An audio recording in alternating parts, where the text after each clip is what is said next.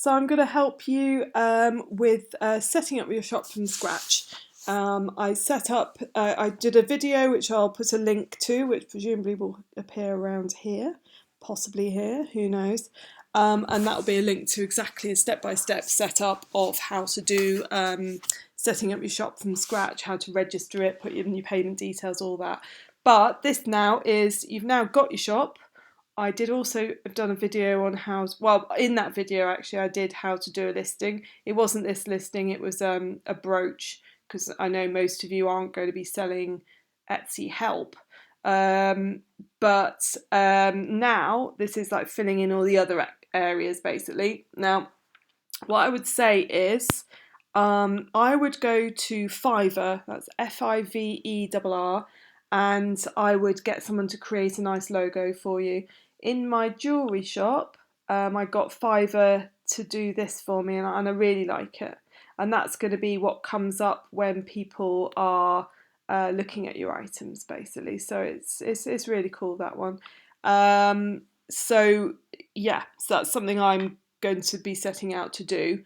And then you want to edit this section. So what this had before, I'll just get rid of that just to show you what it looked like. So if I just get rid of that and then save, so it should be, nothing should be there. So add a shop title. So this is the shop title. Need help with your Etsy shop, need more sales. I may change that, but we'll save that for the minute. You also want to edit here where you live. I did that in advance because my address showed up and I didn't think that was very professional. So what you have to do is type in the city that you live in, and it will come up with where you are, and then you click save on that. So I'll just click save.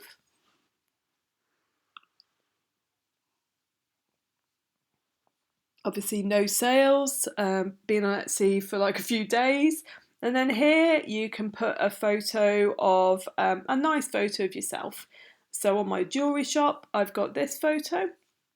So I'll probably use a slightly different photo so I can sort of tell which shop I'm in, because now I've got 3 shops. So I won't do that now. And then personally, I would get Fiverr to do this, but you can do your own banner. And the way to do that is go to Big Banner to find out how many pixels it should be, 1200 by 300. Go to the rather brilliant Canva.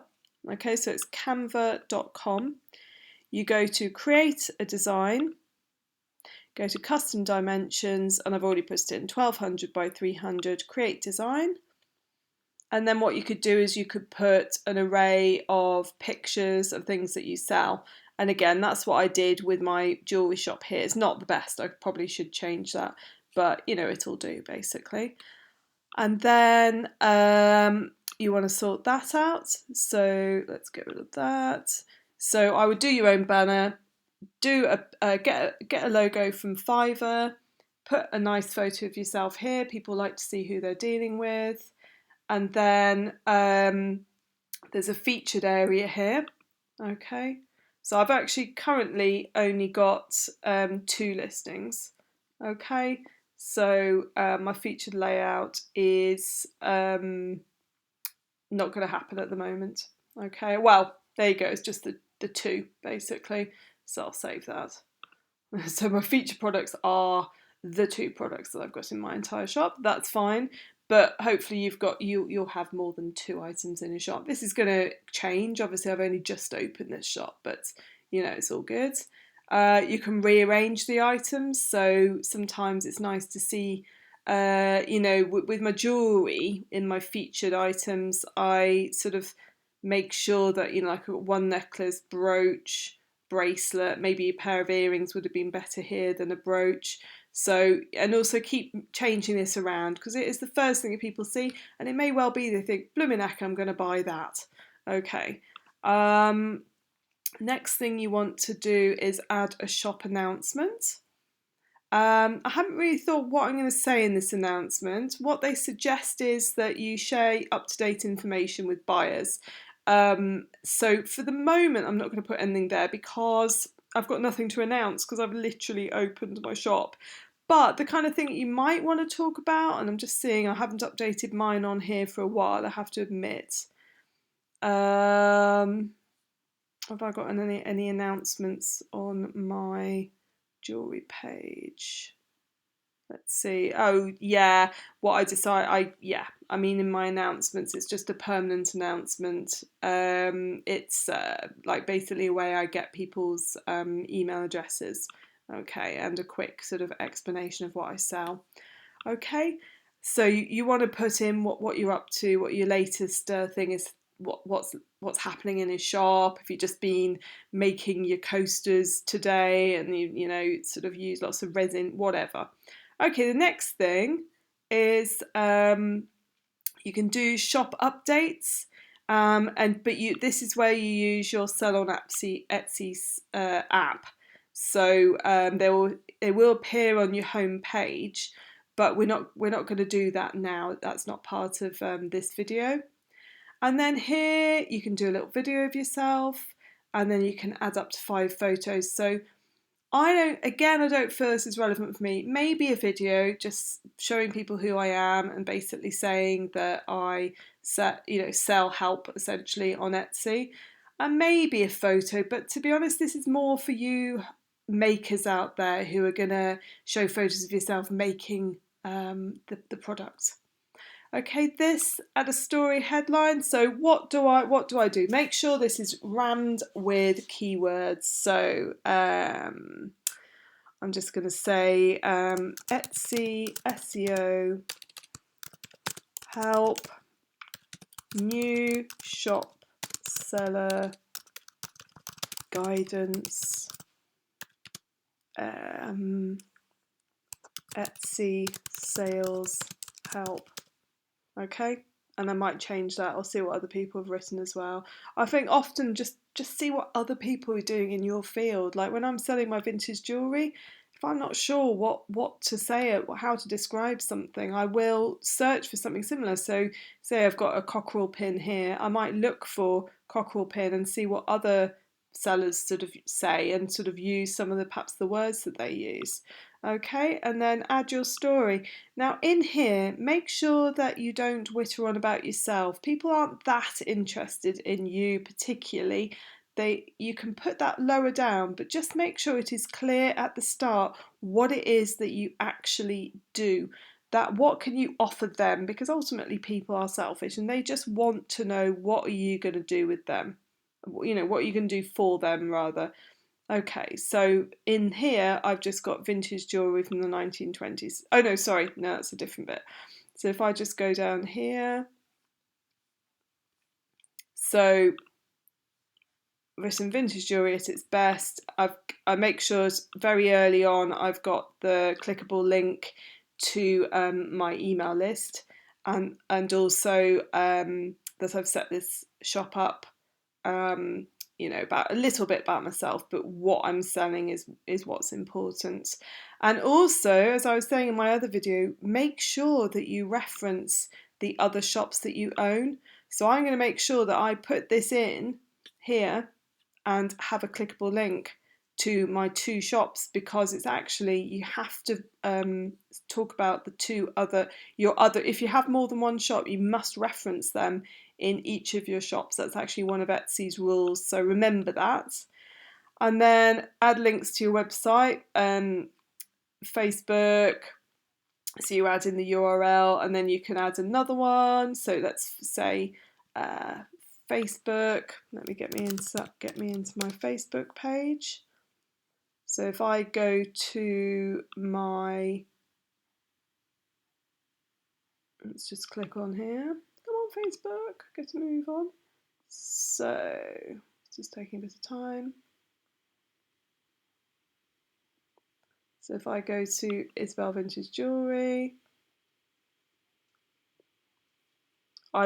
so for my jewellery page, I would copy and paste that bit of it, and I would stick it in here and save it. But obviously that's not my Facebook page for this page, because I haven't got a Facebook page for this yet, so I'll delete that. But you can add various links. So you do Facebook, and then you can add another one, you can add Twitter, you can add Instagram, whatever.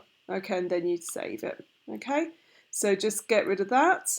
And then it's telling you can have your own website through Etsy. Not something I would do, because if Etsy failed, let's say suddenly Etsy became, wasn't able to operate anymore, you would also lose your website as well. So if you're going to do a website, do a separate one that's nothing to do with Etsy. That would be my personal suggestion to you. Shop members, this is where you can add some information about other people who work for you. Nobody works for me in this shop, but in my other shop my stamps are made by another company, so that's where I put information about them. This is useful, which I showed in the other video that I did. So if you want to add an event, you just create an event. Say if you're selling at a local craft stall, you might want to say, right, for example, I sell with a company called Makers Market. So Makers Market, what day, it's usually a Sunday, where it is, what's happening, and maybe either their homepage, Makers Market homepage, or it could be your Etsy shop. Okay, so let's come out of that. And then shop policies are very important. So if you go to try it now, it does give you all these, but what it doesn't give you, and which you must make sure you have, is your privacy policy.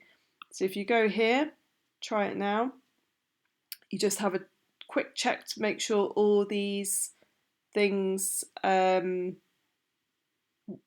correct. So add estimated delivery time. This is where you can put all the likely delivery methods for all your different items. So if I go into my jewellery shop, it's probably best to show you there, because obviously things that I do for this page are going to be sent as PDFs. So there's, delivery times is not so useful for this, but down here, my estimated, this is how long I suspect it will take. So again, I've used other shops to give me an idea. And also, if you know how long things tend to arrive with yourself, if you say buy something on eBay from someone in the UK, how long does it take? So I've estimated United Kingdom 3 to 5, North America 10 to 21, Europe 5 to 14, Australia, the rest of the world 10 to 21. Okay, so on this page, this is not relevant for me, so I'm going to get rid of those. Okay, customs and import taxes, so you've already got this set up here. That's what Etsy suggests you say. This is correct with my secure options. Do you accept returns? Well, on my page, no. You possibly should. And I don't accept exchanges either. That's fine. They can still file a case with Etsy. Yep, that's fine. But it's not really relevant for what I'm offering on this page. For you, I would suggest you would put those in. And automatically 14 days of delivery, 30 days of delivery. For my vintage page, I do that. Yeah, gladly accept 30 days, but I don't accept cancellations. Okay, so I'll probably turn that on. Okay, so turn that off, in fact, because I don't. And it seems that their automatic suggestion to you is don't turn on that. Okay, and then finally add a privacy policy. And what you can do is you can go into the seller handbook article here. It's a bit of a hassle because you're going to have to copy and paste bits. So I had a quick look at this, and what you're going to have to do is go from about here. This privacy policy describes how and when. So what you would do is you'd copy and paste that up to there, and then there's a little bit of information, and then you want to copy and paste that. You copy and paste the next thing. You copy and paste all this. You copy and paste all this, but you don't want to say about the bit about Nathan. It's a bit of a hassle, to be fair. And then data retention. So use this as a template. As it happens, I already have a template that I copied and pasted from a bit of help that I gave to someone who'd bought one of my reviews. So I'm going to go into here. I'm going to copy and